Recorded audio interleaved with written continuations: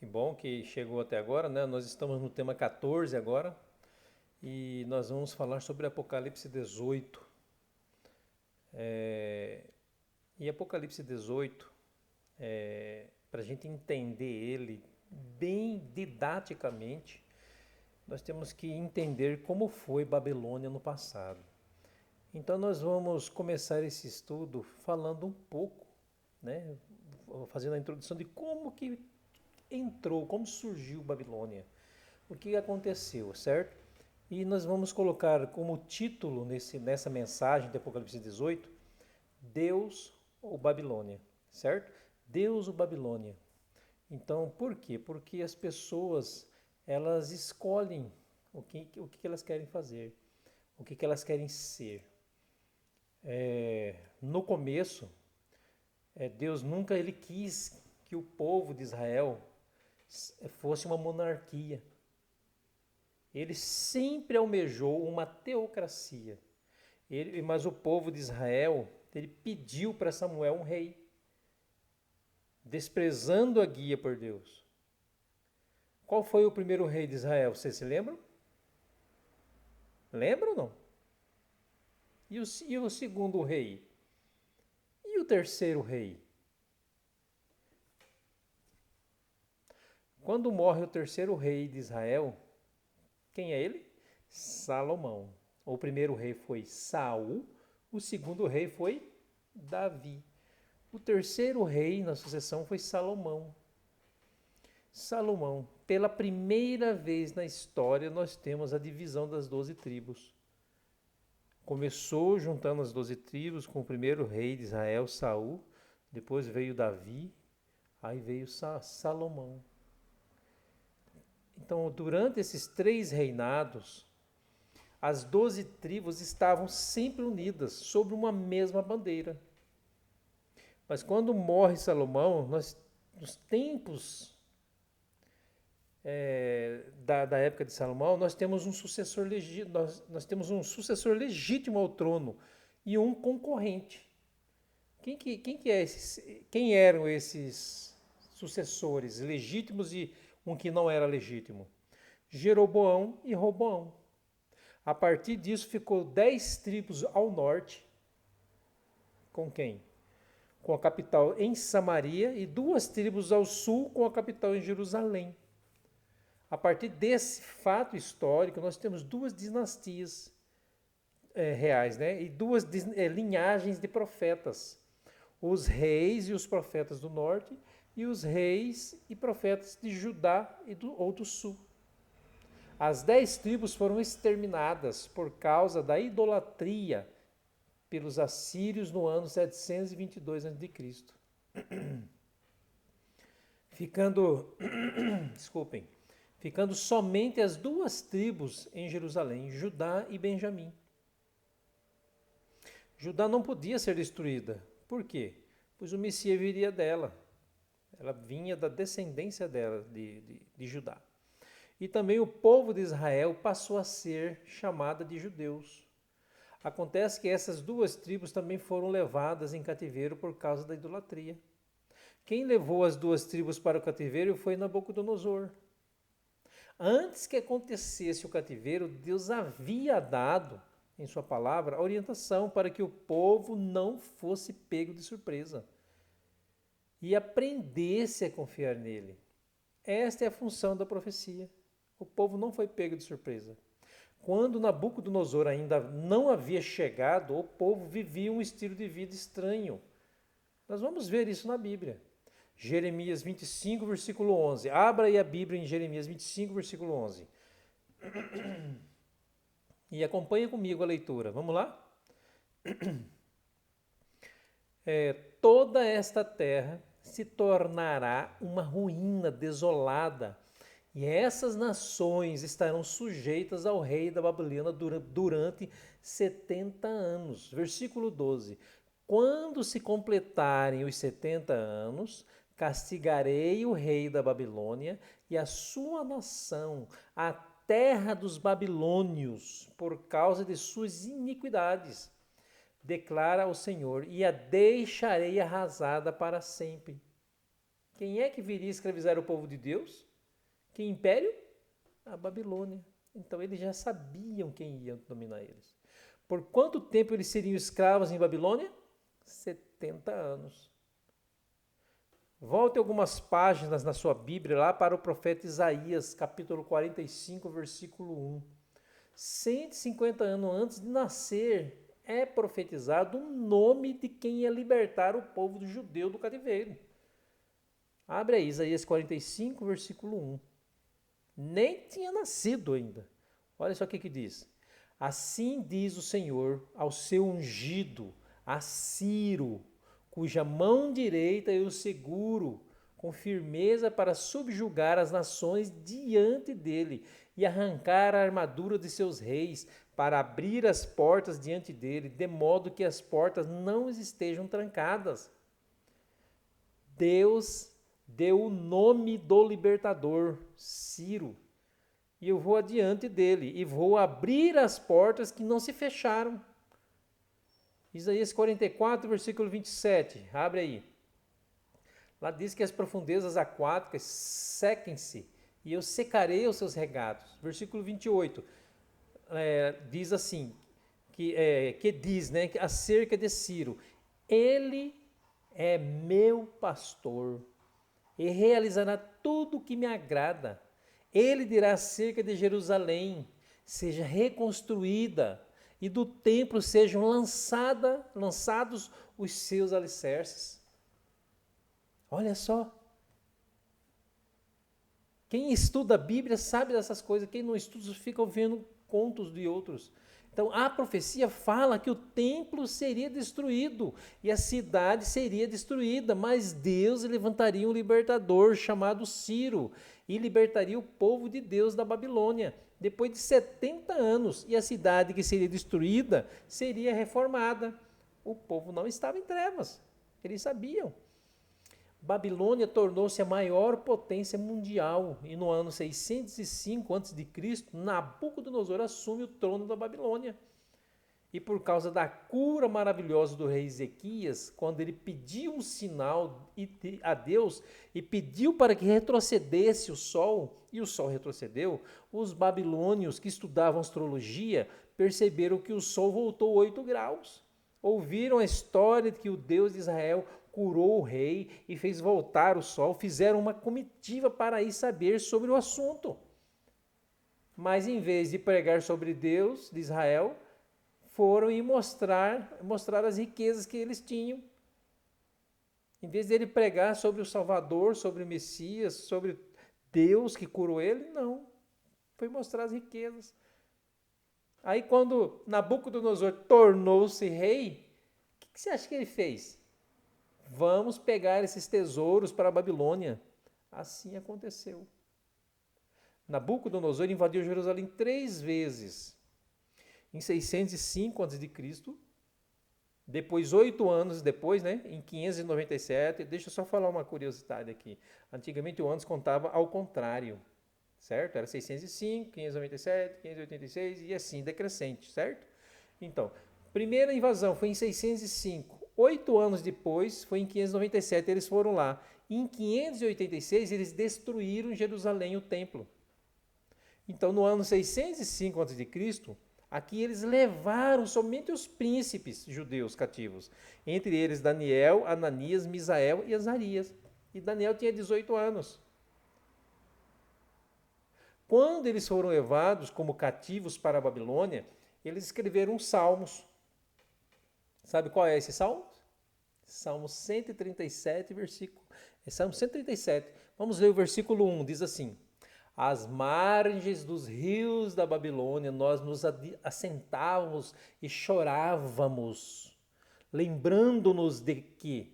De quê? Sião. Quais são os rios da Babilônia? A Babilônia fica numa região na terra chamada Mesopotâmia. E a palavra mesos quer dizer entre, e potames, rios, entre rios. Babilônia está construída em cima ou numa terra entre o rio Tigre e o rio Eufrates. Eram os 2 rios da Babilônia. Quando os judeus chegaram às margens do rio Tigre e do rio Eufrates, eles começaram a chorar, lembrando-se de Sião. Sião é uma montanha, e em cima do monte Sião estava o templo construído por Salomão. Então, lembrar-se de Sião é sentir saudades de Sião, é saudades do santuário, do templo. Versículo 2 do Salmo 137 diz assim: nos salgueiros que lá havia, pendurávamos as nossas harpas. Versículo 3 agora. Por aqueles que nos levaram cativos, nos pediam canções, e os nossos opressores que fôssemos alegres, dizendo: entoai-nos alguns cânticos de Sião. Versículo 4. Como, porém, haveríamos de entoar canto do Senhor? Aonde? Em terra estranha? Os caldeus ou babilônicos disseram assim para os judeus escravos: cante para nós os cânticos que você cantava lá no templo do Monte Sião. E eles disseram assim: nós cantarmos o canto do Senhor em terra estranha? Jamais. Que a nossa mão direita se resseque, para que nunca mais tanjamos nossa harpa. Que a língua cole no céu da boca, para que nunca mais cantemos. E se eu de ti me esquecer, ó Jerusalém, a minha maior alegria. Agora fique sabendo de uma coisa, babilônicos: nós só iremos ficar aqui quantos anos? 70 anos. Porque quando se passarem os 70 anos, Deus vai levantar um homem chamado Ciro. Nós não sabemos quem ele é, mas Deus vai levantá-lo e ele vai nos libertar da mão de vocês. Daniel chegou em Babilônia com 18 anos. Agora, ele já estava com quase 88 anos, 70 anos depois. Aí o que aconteceu? Deus levantou Ciro, que se aliou ao seu tio Dário, e fizeram uma fusão dos impérios dos Medos e dos Persas. Ciro abriu uma vala desviando o rio Eufrates, que cortava a Babilônia, e entrou seco pelo leito do rio de Babilônia. Mas os portões de ferro que impediam a entrada pelo leito do rio estavam todos escancarados, porque o profeta havia dito que iria diante dele e abriria as portas, e as portas não se fecharão. Essa história data esse evento especificamente, detalhadamente, no dia 13 de outubro de 539 a.C. Nesta data estava acontecendo uma festa feita pelo neto de Nabucodonosor, Belsazar. E enquanto ele estava com 1000 convidados numa farra danada lá, né, farreando, se prostituindo, adorando seus deuses, tomando todas, né? Já bêbado, ele disse assim: vão lá no templo de Marduk e peguem os utensílios sagrados dos judeus, porque eu quero beber vinho, agora mais é na taça que eles adoravam o Deus deles. E vieram então os vasos sagrados do templo de Salomão, e esse povo, o ímpio, começou a tomar vinho nesses cálices sagrados. Isso foi a gota d'água na paciência divina. Então Deus fez uma mão aparecer na parede do palácio. Uma mão assim. Tinha milhares de pessoas lá. Só os grandes, né? E escreveu na parede: Mene, Mene, Tekel, Upharsin. Quando o rei viu aquela mão, ainda que bêbado, ele teve tanto medo que diz a Bíblia que um joelho batia no outro de tanto que ele tremia. Ninguém entendeu nada. E no desespero que se arrumou, que se tornou ali no palácio, a mãe do rei disse assim: nos dias do teu pai, que na realidade aqui é o ancestral, né? Havia um jovem aqui que interpretava sonhos. E ele está aí. Aí mandaram chamar Daniel. Então quem que entra? Um velhinho de 88 anos. E Daniel leu o que estava escrito na parede. Volta-se para o rei Belsazar e diz assim: olha, você estourou o cálice da paciência de Deus. O seu reino foi pesado na balança e você foi achado em falta, ele será tirado de sua mão e dado aos medos e persas. Quando Daniel terminou de interpretar as escrituras, Ciro já estava dentro de Babilônia com soldados. E foi assim que caiu a grande Babilônia. O rei Ciro, que assumiu o controle do império, deveria assinar por decreto o retorno dos judeus para Jerusalém. Acontece que se os judeus voltassem a Jerusalém e reconstruíssem o santuário, voltassem os sacrifícios no tempo aprazado, quem é que viria? Jesus, o Messias. E quem é que não queria isso? O diabo. Deixa eu explicar um detalhe para vocês. O diabo não é onipresente. Nós pensamos que o diabo é onipresente, mas ele não é. Se o diabo estiver aqui em Cuiabá, ele não pode estar no Rio de Janeiro. Se ele estiver no Rio, ele não pode estar na Bahia, muito menos na África e muito menos no Japão, porque ele depende de deslocamento. Ele é um anjo caído. Ele não pode estar em dois lugares ao mesmo tempo. Ele foi pessoalmente falar aos ouvidos de Ciro para não assinar o decreto. E Daniel começou a orar e jejuar por 3 semanas, pois conhece bem as coisas espirituais. Daniel 9 fala sobre a oração dele. Deus enviou Gabriel para guerrear com o diabo durante 3 semanas, mas estava dando empate. E o decreto não era assinado. Depois de 21 dias de oração e jejum, o céu enviou Miguel. E quem é Miguel? É o próprio Jesus. E quando Jesus chegou na corte babilônica, ela fala Miguel, né? Saiu o demônio por tudo quanto é lado, por janela, por porta do palácio, por tudo quanto é lugar. Não ficou ninguém. E Ciro fez o quê? Agora, em sã consciência, sem nenhuma interferência, ele escolheu, ele decidiu por si só e assinou o decreto. E o povo judeu poderia voltar agora para Jerusalém. Mas o povo de Israel não quis ir embora de Babilônia, porque já tinham criado laços com Babilônia. Acostumaram com a comodidade da vida oferecida pelos babilônicos.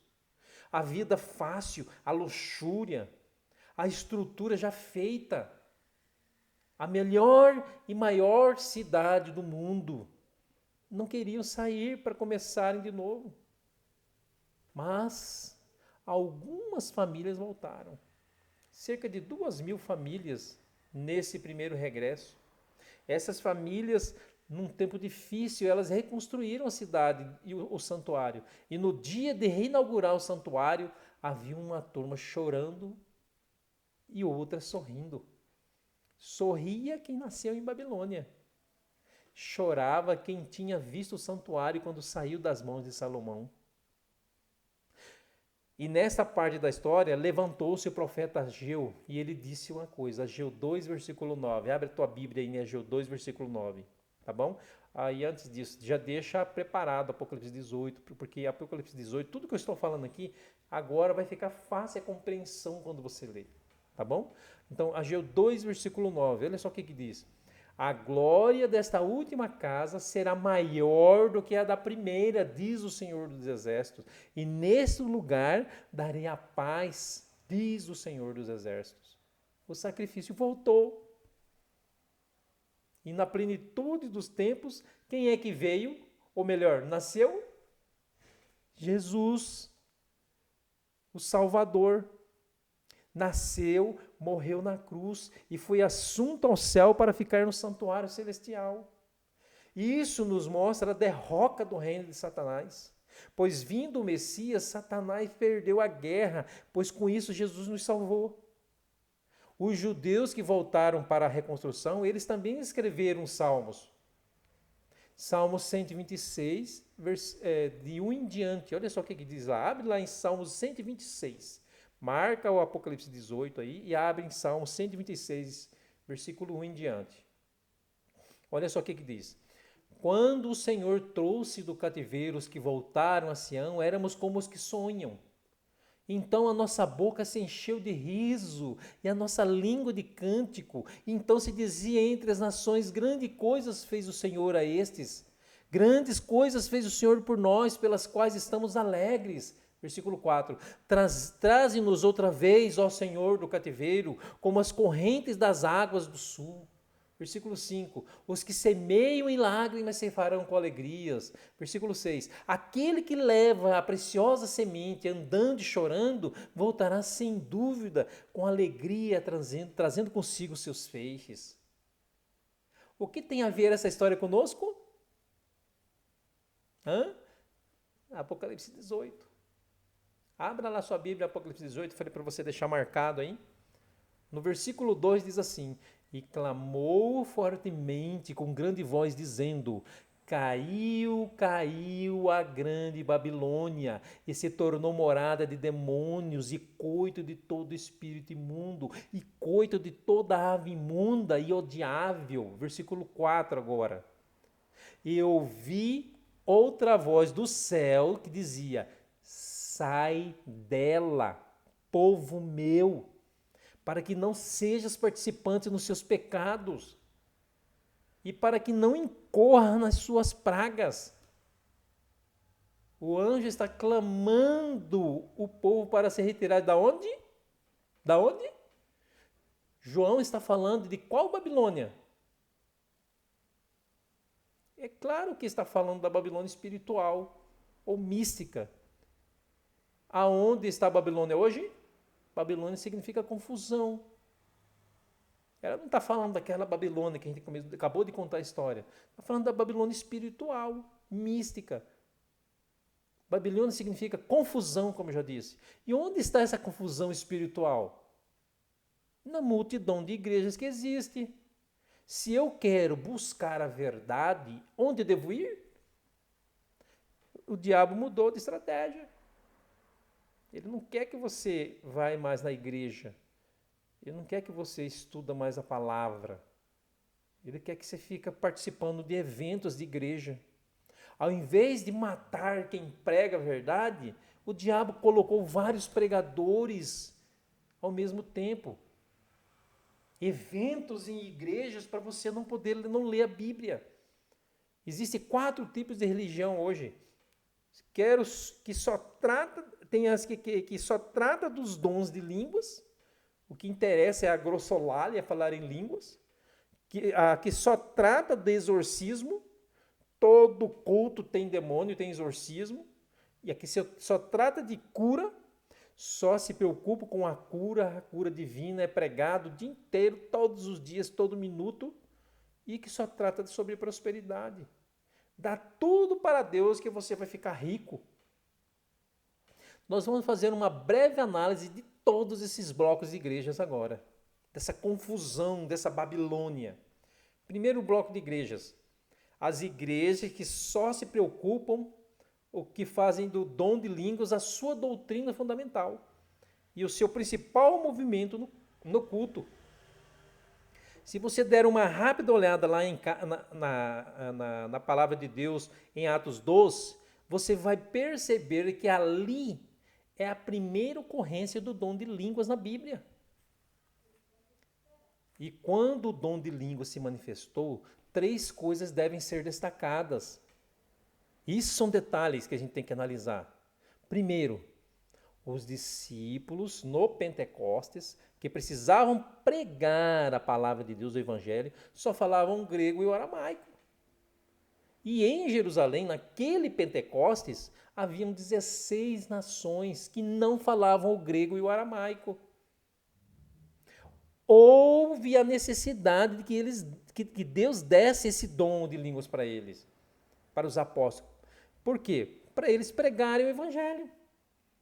Então, a primeira coisa, o verdadeiro dom de línguas só será dado quando houver necessidade. E eu pergunto para você, há necessidade que Deus, na nave da igreja, me deu o dom para falar em russo? Há necessidade? Vocês estão entendendo o meu pobre português aqui? Então, se não há necessidade, para que vai colocar? Primeiro, só vai ser dado o dom de línguas verdadeiro quando houver necessidade. Segundo ponto, o dom de línguas verdadeiro, que é dado quando há necessidade, não é uma língua inteligível. É uma língua conhecida e falada por alguma nação debaixo do céu.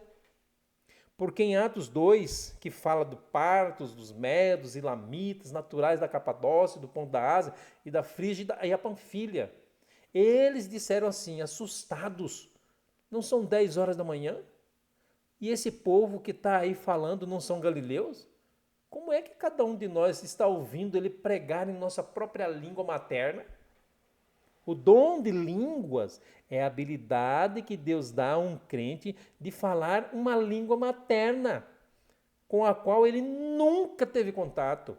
Isso é dom de línguas. Terceiro ponto. Paulo, em 1 Coríntios 12, o Espírito Santo quem distribui os dons. E Paulo destaca, ele distribui como lhe apraz. Não é eu quero e eu vou dar, não. Ele dá para quem ele quer. Eu não posso pretender que toda igreja tenha um dom específico. E porque esse é o Espírito Santo quem distribui, ele vai dar para você e para mim os dons que ele quer dar. Então não existe essa história de que todas na igreja têm que ter o mesmo dom. Acontece que no pentecostalismo, o dom de línguas é encarado como uma doutrina, chamada doutrina da subsequência. A doutrina da subsequência ensina de quem recebe o Espírito Santo automaticamente fala línguas. Quem recebe, fala línguas. É isso que eles ensinam. E quem não fala línguas é porque não foi batizado com o Espírito Santo. É um cristão de segunda categoria.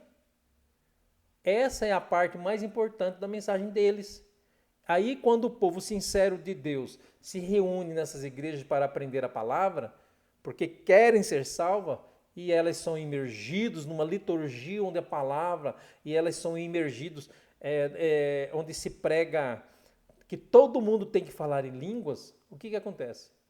Lá eles não abrem a Bíblia, só fala isso. Aí esse povo de Deus, no momento de transe psicológico, começa e alguém diz assim, foi batizado em línguas, está falando línguas. E se você não fala, você é um cristão de segunda categoria. Segundo bloco de igrejas, só se preocupa com exorcismo. Todo culto tem exorcismo. E eu não sei como é que eles fazem, porque culto tem horário, inclusive na TV e no rádio. Mas eles exorcizam, olha só. É complicado isso, né? Eles exorcizam pela TV, pelo rádio. Eu não sei se eles agendam o demônio, um para a segunda, um para a terça, um para a quarta. Ah, você é quarta, 7h30. Ah, eu não sei como que eles fazem. O que eu sei é que todo dia tem exorcismo. Um dia, né? Um certo irmão foi confrontado por uma irmã dessa igreja. Aí ele disse assim, vocês adventistas não têm poder, vocês não expulsam demônios. Aí esse irmão disse assim, poder não tem a tua igreja. Todo dia tem demônio nela. Cadê o poder dessa igreja? Que expulsa o demônio na segunda e na terça ele está de volta. E o demônio sacode as pessoas e lança no chão. Amigo, escuta o que eu vou te dizer aqui. Quem sacode gente e joga no chão é o diabo. O Espírito Santo de Deus ergue. E quem sacode pessoas e joga no chão num transe inconsciente, nostálgico, é o diabo. O Espírito Santo ergue, o Espírito Santo fala com clareza a sua mente. O Espírito Santo apela a sua mente. Terceiro bloco de igreja agora. Só se preocupa com a cura. Outro dia, assistindo um TV desses, programas de TV desses curandeiros aí, ele falou assim, eu vou orar agora e Deus vai curar. E ele fez uma oração, aí disse assim, Deus me falou agora que alguém aqui no auditório foi curado de um problema de coluna. Aí tinha uma irmãzinha sentada na frente, assim, nos primeiros bancos, levantou a mãozinha. Ei, pastor, fui eu. Ele disse assim, não foi você não. Aí uma segunda, fui eu. Não, não foi você. Uma terceira, lá atrás levantou a mão. Você foi curado. Esse é um desses curadores que usa óculos, um dia foi na Maracanã fazer um grande ajuntamento, onde as pessoas saíram com sacos de dinheiro. Em um momento daquela programação, ele disse assim: eu vou orar e Deus vai curar. Mandando-me Deus. Ele orou e disse: agora você está curado. Jogue seus óculos fora, porque você foi curado. E um repórter perguntou: por que o senhor que orou não jogou o seu óculos fora? Sabe qual foi a resposta dele? É porque a cura não era para mim, era para eles. Que sem vergonha, né? Quarto bloco de igrejas. Só se preocupa com teologia da prosperidade. Só no Rio de Janeiro, em uma comarca, existem mais de 3.000 processos contra uma dessas igrejas, por apropriação indébita. Gente que, no calor da promoção que eles fazem, talvez teve um rapaz que vendeu até o colchão que ele dormia para dar para a igreja. E na Bíblia existe um plano claro de Deus. Você dá o seu dízimo e a sua oferta. Dízimo é 10% e mostra que você é honesto. Oferta você dá quanto você quiser. Demonstra a sua gratidão. Esse é o plano sistemático de Deus. E existem milhares de pessoas nessas igrejas. Gente de Deus sincera, gente sincera. Mas que estão perdendo tudo porque estão sendo enganadas. O falar línguas é um dom bíblico. Exorcismo é um dom bíblico. Curar é um dom bíblico. Teologia da prosperidade não é bíblico. Mas Deus prometeu abençoar os que forem fiéis nos dízimos e nas ofertas. Você entendeu o que o diabo fez? Que ele fez uma contrafação? Ele pegou o que é verdade e transformou em uma mentira. A palavra não é ensinada nessas religiões, é tudo distorcido. Eles até pregam a palavra lá, mas tudo enganando. Tudo enganação, tudo falsidade. Apocalipse 16, 12 diz assim: e o sexto anjo derramou a sua taça aonde? Sobre o grande rio Eufrates. E a sua água secou-se, para que se preparasse o caminho dos reis que vêm da onde? Do Oriente, ou do nascente do sol. Você lembrou de Babilônia agora? Você se lembrou do rio Eufrates? Você se lembrou da estratégia de Ciro secando o rio? Tudo isso que aconteceu com o povo de Deus no 6º século antes de Cristo é uma tipologia do conflito final entre Cristo e Satanás, prefigurado na 6ª praga. É por isso que a 6ª praga termina com a expressão Armagedon. Ciro é um tipo de Cristo. E o secamento do rio Eufrates significa a preparação política e social para a volta de Cristo. Os reis do Oriente ou do nascente do sol, Cristo e seus anjos. Ou seja, e já podemos ouvir os passos de um Deus que se aproxima. Bem como tudo aqui é simbólico e tipológico. Eu tenho uma péssima notícia para dar para vocês. Ciro é um tipo de Cristo. O secamento do rio Eufrates é um tipo de uma realidade espiritual dos nossos dias. A Babilônia hoje é a Babilônia mística. Mas quando o decreto for assinado para que o povo de Deus saia de Babilônia, para ir para a Nova Jerusalém agora, muitos não quererão ir. Pelo mesmo motivo. Sabe qual é o motivo? O que eu disse sobre a primeira Babilônia? Criaram laços, prosperaram, criaram laços e raízes em Babilônia. A mesma história vai se repetir. Muitos não quererão ir, sabe por quê? Porque tem laços com Babilônia. Ah, meus amigos, meus irmãos, Se nós soubéssemos quantas coisas Deus tem preparado para nós nesse céu que Ele está arrumando, nessa Jerusalém que Ele está arrumando, nós seríamos outro tipo de cristão. Se nós soubéssemos quão breve Jesus voltará a essa terra, o nosso comportamento seria outro. O meu apelo é para algumas pessoas que percebem que tem alguma coisa ligada com Babilônia. Laços, raízes com Babilônia. São pessoas que estão percebendo que se elas não mudarem, ou se não tiverem um milagre em sua vida realizado pelo próprio Cristo, não terão chance de salvação. Eu não sei qual é o seu laço com Babilônia. Mas será que eu estou pregando para alguém que tem sido infiel a Deus nos dízimos e nas ofertas? Esse é um laço com Babilônia? Ou será que alguém que está trabalhando, estudando nas horas sagradas do sábado? Ou será que o seu laço com Babilônia são as conversas íntimas que você está mantendo com uma mulher que não é tua esposa? É um homem que não é teu esposo? Será que o laço que eu tenho com Babilônia é um estilo de vida que eu tenho longe daquilo que essa igreja orienta ainda? Eu estou falando aqui é de comida e bebida e vestuário. Estilo de vida errado. Será que eu tenho algum laço com Babilônia? A péssima notícia é que a história vai se repetir.